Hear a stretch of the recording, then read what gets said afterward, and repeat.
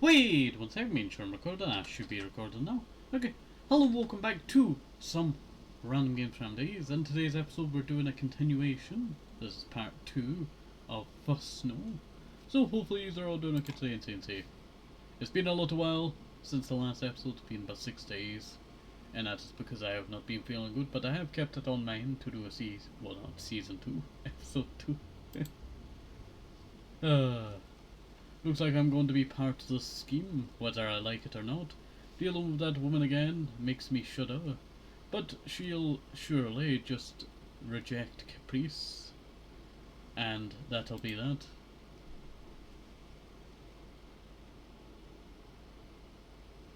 Walking through the halls at these hours is a wholly different experience to the normal hustle and bustle, where the students gossiped in the hallway, organised dates, and hurried between classes with arms full of overpriced textbooks. There's now a sweet silence. All to be seen at this hour is the odd straggler, thinking more about dinner than schoolwork. I tell you, I was wondering what that sound was, and I think it's a cello. And I was like, what's that doon doon sound? Well, them and the Christmas decorations. I get the feeling that the arts and humanities staff take some enjoyment out of getting ready for the occasion. Much like the school itself, the decorations look a bit ragged. Probably hauled out every year for decades. With little to do until Caprice shows up, exploring the arts building and peering into this classroom, or that winds up passing the time. Heading upstairs, I take my time strolling through the hallways. Everything is bathed in the orange of the sunset, the quiet of the halls giving the building a serene atmosphere. It's calming after the day's events. It isn't until a good few minutes pass that I find the first thing of much interest, a single room with the door left open. With curiosity getting the better of me, I stroll up the hallway and gingerly step inside. At least I can close the door for them. With only a handful of chairs actually set against tables, I think the room unused, if not for the paints, papers and sketchbooks strewn around across the tops of the cupboards. If Caprice wanted a club, this would be as good as any. As I peer about, the sight of one particular canvas amongst it all catches my attention. The painting of a woman standing in water sits drying on the easel, the painter's utensils still lying about. Stepping up, or this is a bit scandalous. YouTube might want me, dead after this. No. It's art. It's art to YouTube. It's art. Stepping up to look at it, I'm surprised by how old-fashioned it is. Like the kind of oil painting that would be drawn a century or so ago. Every brushstroke and line has depth to it, the painter's every movement clearly visible. I find myself struck by its beauty, time slipping by me as I stare. Her soft-looking skin and flowing locks of hair are enough to make me wistful sigh. Her face telling of her free spirit. It's beautiful. My thoughts are suddenly interrupted by the creaking of the door opening further, causing me to whip around in fright. The particular person standing in the doorway, looking straight at me, does nothing to settle my racing heart, much less the fact that I'm not even supposed to be in here. Sorry, quickly I tried to stammer out something, but the words keep catching in my throat. Oh, it's Bandit Machine Girl. Allison? Hi? Allison Merlo?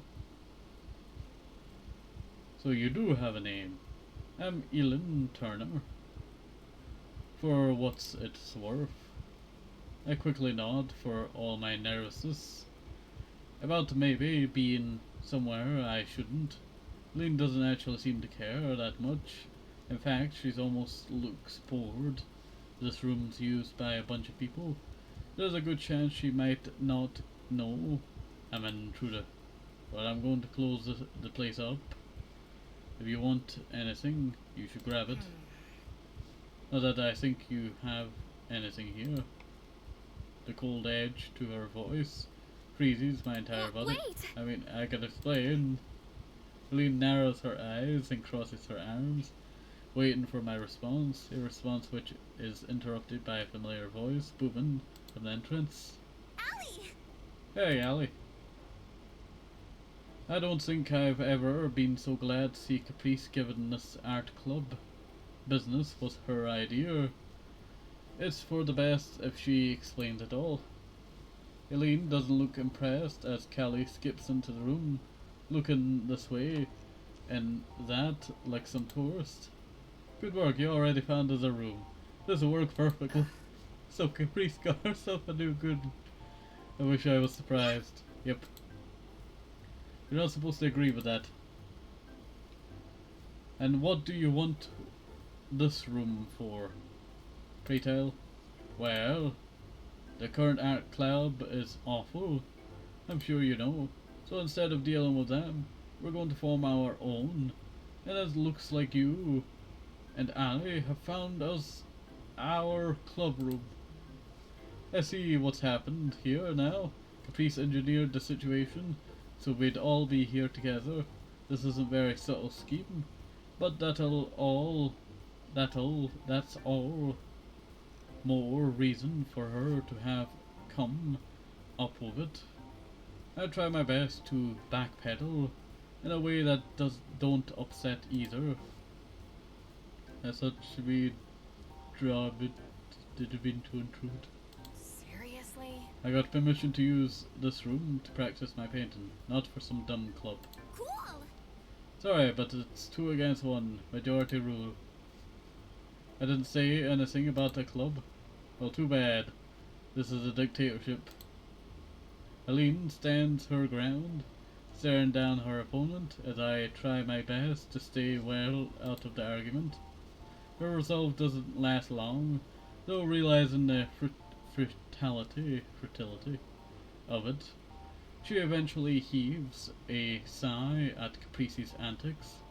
I can't say I wholly blame her. I just want to work in peace. That isn't much to ask. Come on! My hand pinged there, the muscle. Had it upside down and against my leg and pinged. That really, gives you the shudder, I tell you.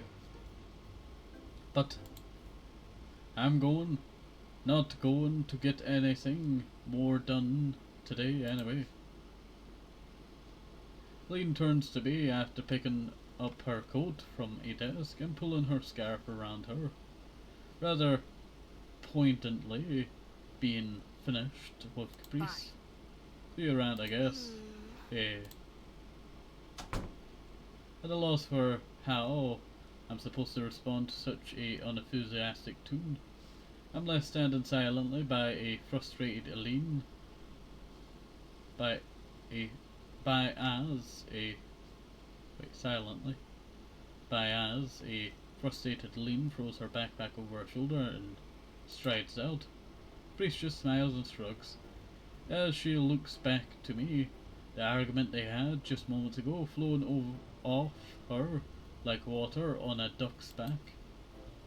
Well, that's how it is. I feel like I got dragged into something. I didn't really think that would work, but it was worth a try.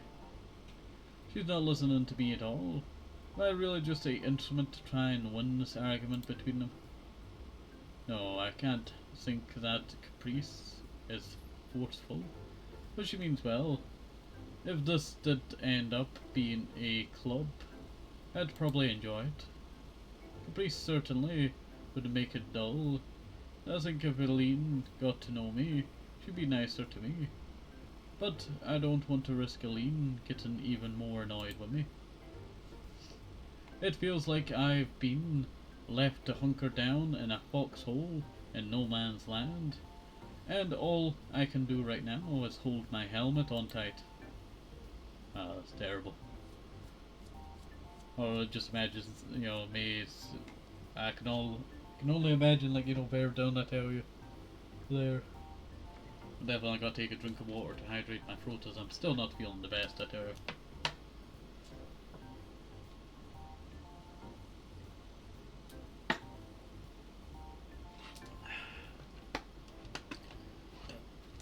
Do you ever drink water that just makes you very burpy?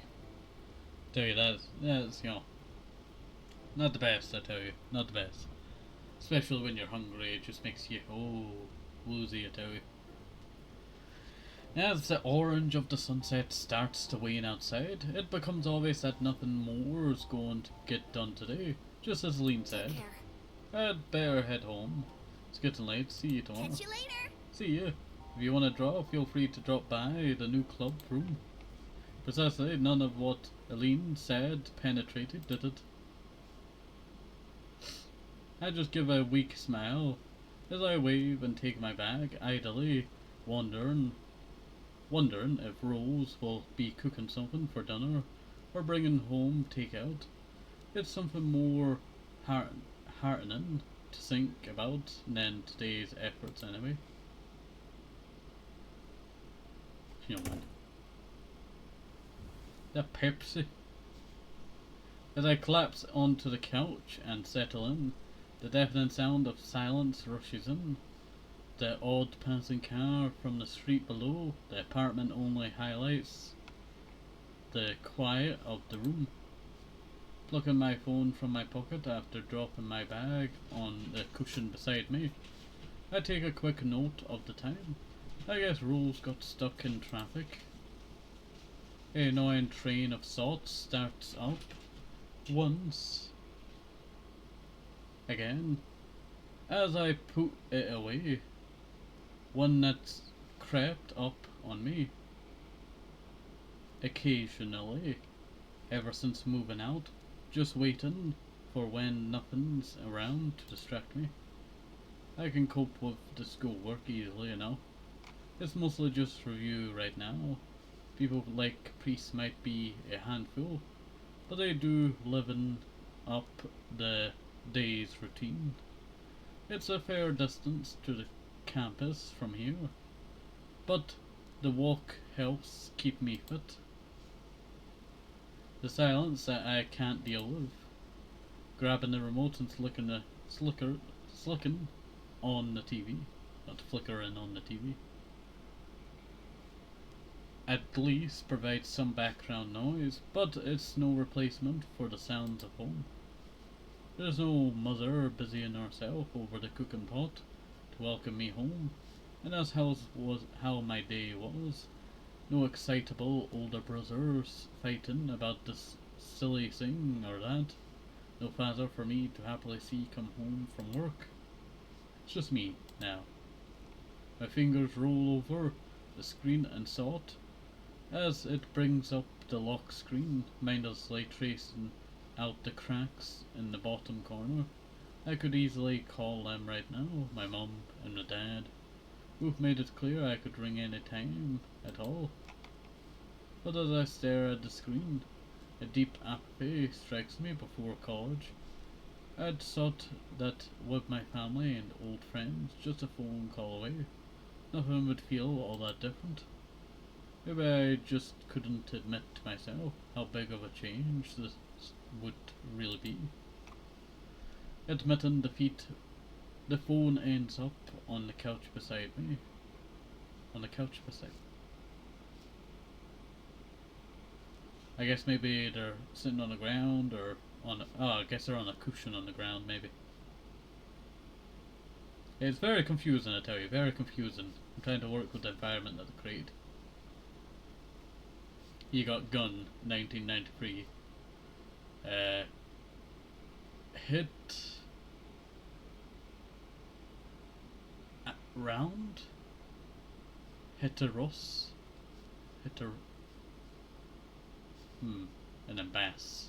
Obviously we would know what bass is. Admitting defeat, the phone ends up on the couch beside me as I watch television. The news is interesting today, so at least it's some distraction from it all. Just when I thought I'd finally found a friend or two in college, it ends up being a mess. Why do people have to be so complicated? As the door behind me opens, as I close my thoughts on the subject, there's no point in mulling things over any further.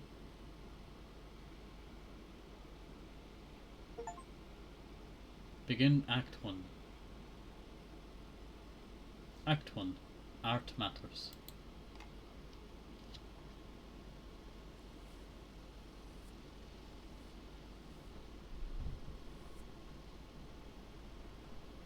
The Saturday morning air is brisk as I stagger back from the supermarket, hands full of whipped bags.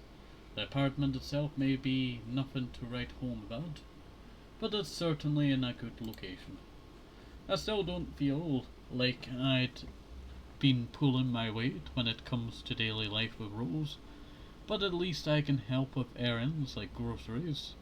Her attempts to teach me handiwork skills have been less successful.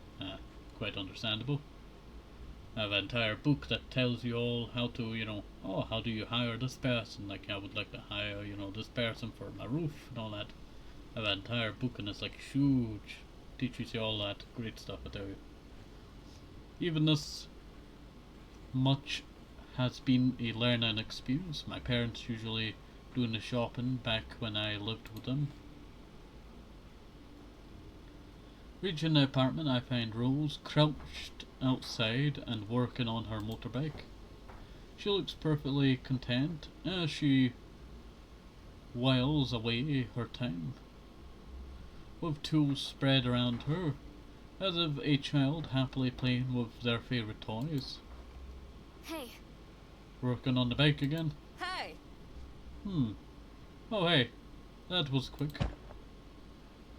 She levers herself up with a grunt before pulling back on the edge of one bag with a finger to peer in, then another. I'm a little worried as she checks over my work, having to hold my breath as she isn't exactly helping. I'm still not used to the acrid smell of her smoking, but maybe that's a good thing. Good work, everything we needed. And no weird impulse buys. Do we need more window cleaner though? You said grab necessities if they're on sale and don't spoil, right? Uh-huh. You're learning. Could you help me down here once you put everything away? I need another set of hands. Not anything in particular I planned for today. I agree before heading inside. The rickety stairs creak as I slowly head up, with groceries in hands, fumbling with the door handle. My arms are thankful for the relief once I manage to drop the bags in the apartment after opening the door. Sorry about that, my nose was a little bit stuffy there. Opening the fridge, I get to work, stuffing in the frozen and cold items first. Next, I open up the cabinet doors and start ladling. We'll just say loading in the cans and boxes. As the empty shelves fill, I get an odd sense of satisfaction from caring for myself. Living as an adult is busy work, but is rewarding in its own way. There's a odd and unexpected feeling of accomplishment from doing even simple tasks. I'm sure it'll wear off in time, but I'm holding on to it for now. With the job done, I close the cabinets and get back up to look at the room. The apartment is barely any warmer inside than out. I suppose they are downsides as well as upsides, put it out of mind. As best as I can, I head back down to Rose. slipping back outside and closing the door behind me. Familiar clangs and bangs carry on the air as Rose still works away. Pass a rag, would you? I quickly take a seat near her on a patch of cleared snow, grabbing one of the torn up turnip? I'm pretty sure that's supposed to be torn up pieces of an old shirt and handing it to her. She seems to be cleaning out some part of the engine or another. Anything interesting happening at school? Not really. The schoolwork isn't too hard so far. Friend wants to start a club. A club, huh? That's cool. What kind? An art club, apparently. Not really sold on it though. I need to study, and she basically came up with the whole idea by herself. Rose passes the rag back and puts the part in place, motioning for me to hold it while she wrenches it back in. After a few grunts, the job appears to be done, as she puts the wrench down with a clunk and turns back towards me. Life's not about studying. I know you were a teacher's pet back in high school, but you could stand to be a bit more social. So it's this again. This is another downside of living here. With so much of my time spent alone with Rose, there's, for better or worse, no easy way to escape her questioning. I know she has best interests in mind, though. I'm glad to have someone around to help me get to grips with adult life, even if I did find her intimidating at first. What was your college life like? Never had the chance to go. I'm left a little surprised as she gets back to her bike. I've only known Rose for a couple months now, so I'm still finding out new things about her all the time. Maybe you get why I'm on your case about the stuff now. Not everyone gets chances you have, so make the most of it. Go to parties, get some friends, and find a boyfriend sometime. Even if it doesn't last, it'll be a start. My family always pushed me to put such things aside and focus on my education. So that's what I did. The simplicity of life back then suited me just fine, and it worked out well going by my scholarship. I was never really interested in boys because I was caught up in learning, is what I'd like to say, but honestly enough with myself to know that's not the whole story. Seeing Élan last week reminded me of that. Women like her keep catching my eye, and then there was that painting of hers. As time goes on, that difference in what I like looking at gets harder and harder to explain away. Rag, Allison? I hastily place a rag in her outstretched hand, Rose using it to try and rub some of the oil and grease off her hands. I'm sure she wouldn't mind if I'm not straight. If that's truly the case, well, I'd like to talk with her about it. I could never quite seem to find the right answer. The right time. You're right. You're right. Oop, sorry, I was getting a flyaway there. Yeah, I was just thinking how life is complicated. Whatever you say. Sure is. Hey, you bought that ice cream I asked you for while you were out? It's in the freezer now, why? How about we have some? Could use a treat after working all morning on this thing. She has strange ideas about what makes a good dessert in the cold of winter, but I'm not going to stop her. As the two of us start packing up, another peaceful day rolls by.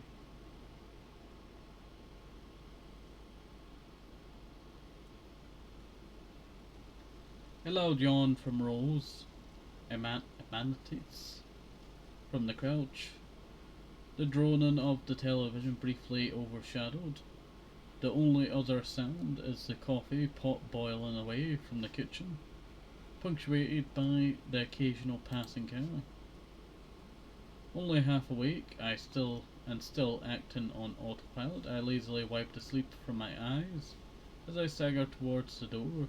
The smell of Rosie's toast wafts invitingly through the air, making me envious of her later start to work. I let out a loud yawn before I can stifle it, causing Rose to look over from the couch. Hey. Oh, you look like poop. Hmm. There you go.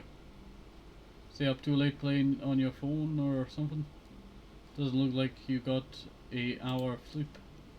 Well, Rose is less than tactful about this. It's true that I shouldn't be so tired. I'm usually a morning person. But right now I can barely remember where I even put my phone. Rose picks herself up from the couch as if she finishes her breakfast, brushing toast crumbs from herself as she starts towards the kitchen. Just the neighbours being loud again. I'm surprised you didn't hear them. I may say that, but it's hardly any real shock. She sleeps like a log, which I always been jealous about. Rose puts down the plate in her hand, giving the matter more thought than I intended. The ones above us, right? And I'm sick of them. I'll go have a talk to them later today and get them to knock it off. Making a racket during the day is one thing, but the night's another. You don't have to do that. They might be quiet from now on anyway. She looks surprisingly disappointed at my attempts to wave off her concern. You have to stand up for yourself sometimes, Allison. Waiting for things to blow over ain't always going to work. I wind up rubbing my neck and avoid outright answering. Apparently dropping the topic, she sighs and disappears into the kitchen after taking her plate again. I just don't want to cause a fuss, especially on my behalf. That really so bad? With time rolling by, I glance about and see my phone on the corner of the table.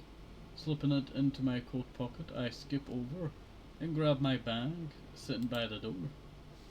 As I stretch a bit to try and wake myself up before facing the cold outside, Rose calls out from behind me.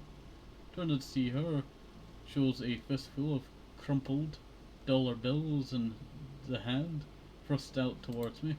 Here, go buy yourself an espresso or something on the way. Huh? It's fine. You don't have to.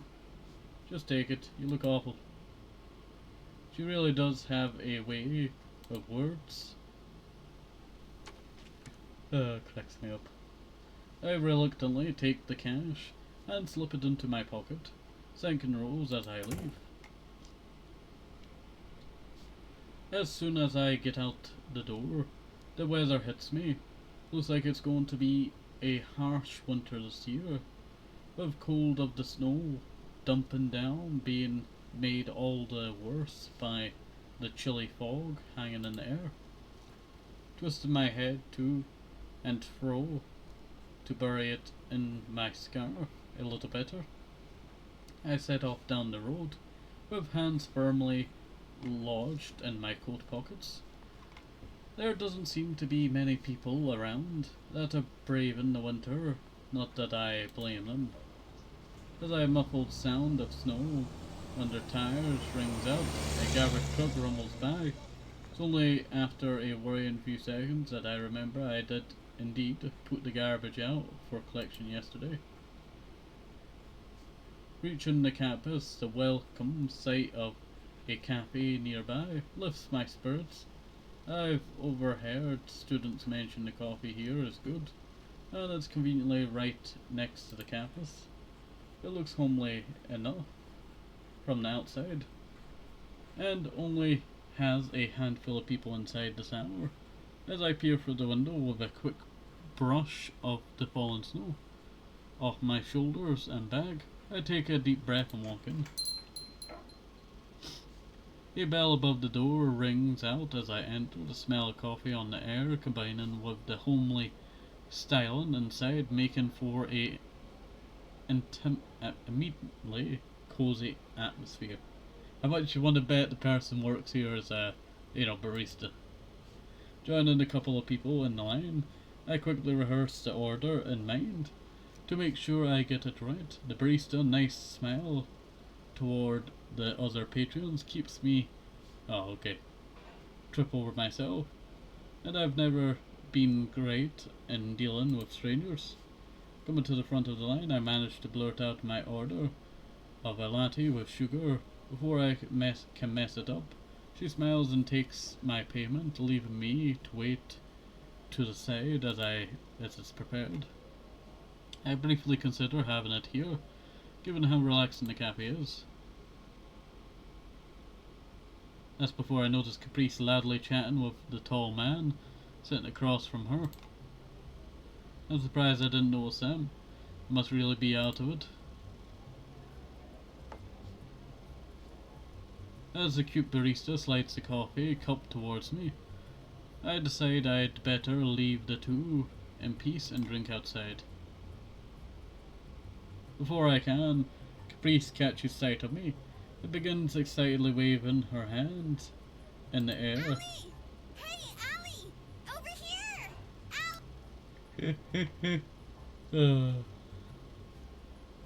So much for that. Coffee in hand, I wearily walk over to their table and look from one to another. Morning, Caprice.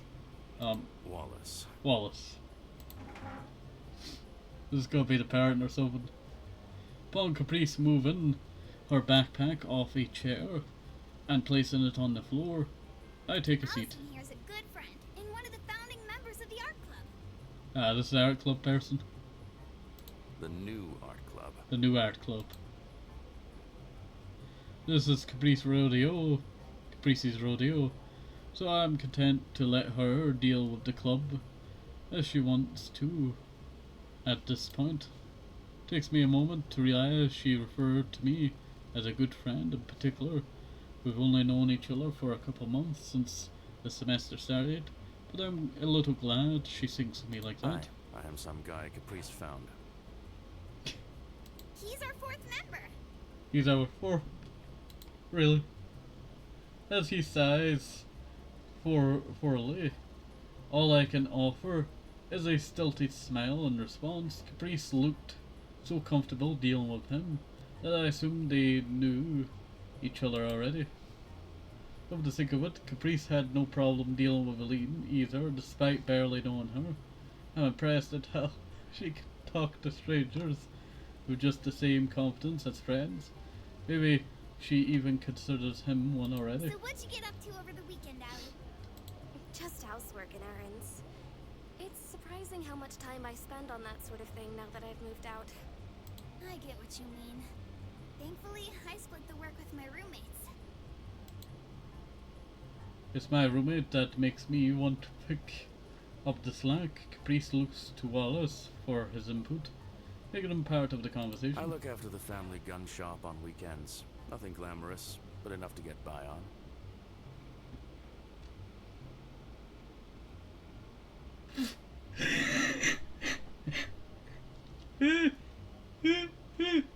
I need a drink after that. Family gun shop. Family gun shop.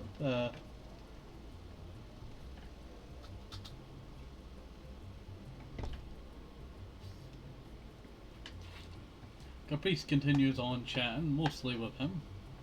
Wallace quietly nods along, adding a yeah or I see as needed. I get the distinct feeling he's been talked at more than being talked. He's been talked at more than being talked to.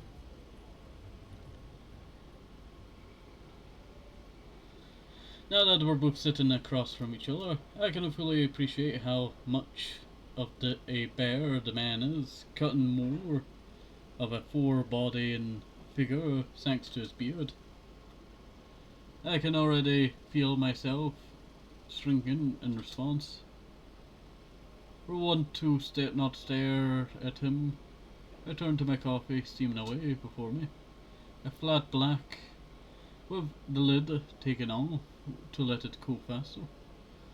I can taste how bitter it is just by looking at it. The conversation is suddenly interrupted by a phone going off. Apparently Caprice's, as her hand dives into the front pocket of her hoodie and retrieves it. Wallace and I just look at each other as she wanders off a few steps to take the call, unsure exactly what to do with ourselves. It only takes a few seconds before she returns. Sorry guys, gotta go. Roommates need me. Wait. I'll see you two around. We've got much more to discuss. With that, she grabs her backpack and skips out into the winter air without another word.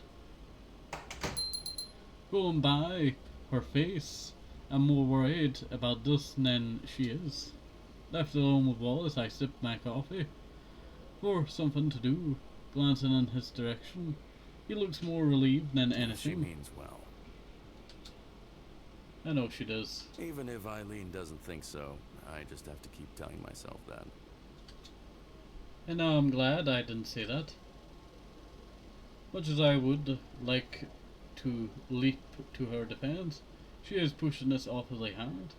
If he's trying to start a conversation, I feel I should at least try to reciprocate, rather than letting him twist in the wind. So, you and Eileen know each other? He gives a nod after taking a sip of his coffee. That must be so awfully bitter. We're friends. Met when she was a freshman in high school. Caprice saw us together and made the connection. Oh. She's filled me in on this club business. I'm going to guess you were pulled into it? Something like that. It kinda spiraled out of control. Sorry.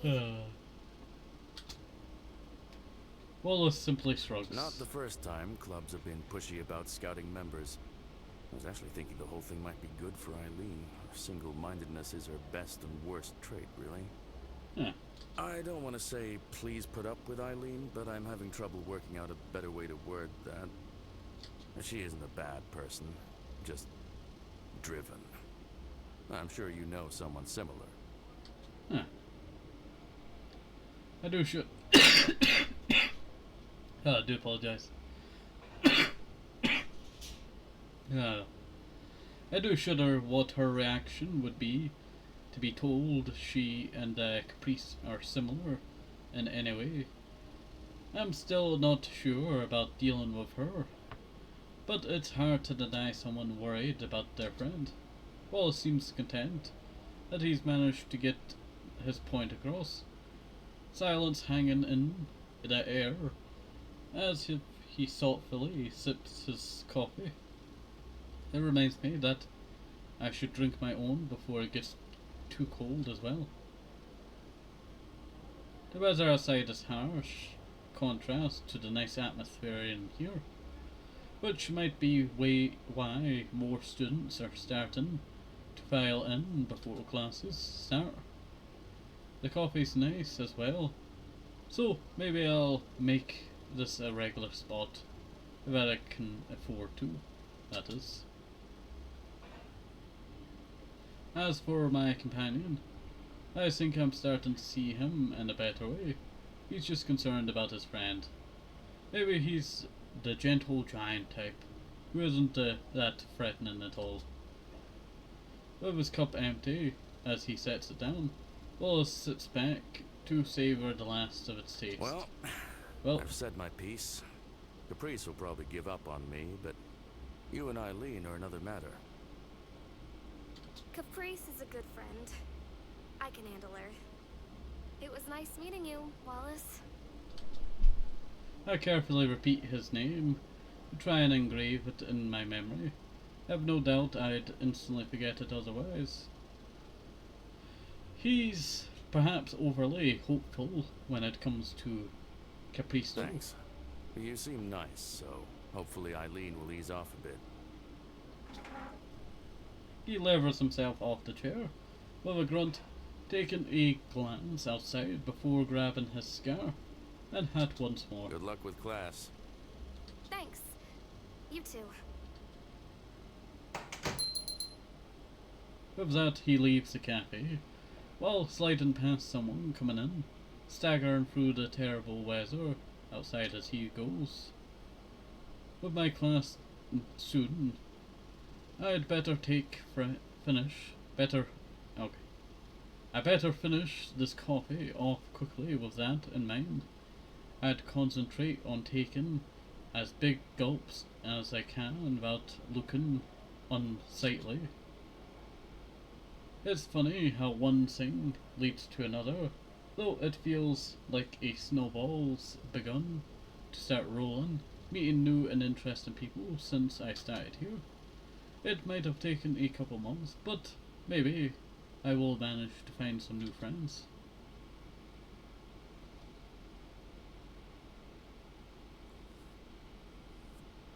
This gotta be Act 2. No, just a new area. I like how it's all getting drawn in at area. I think that's one of my favourite parts.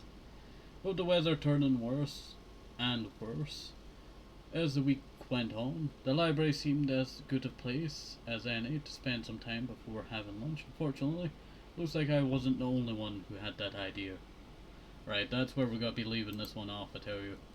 As it has, been over 40 minutes, and I don't want to make this too long.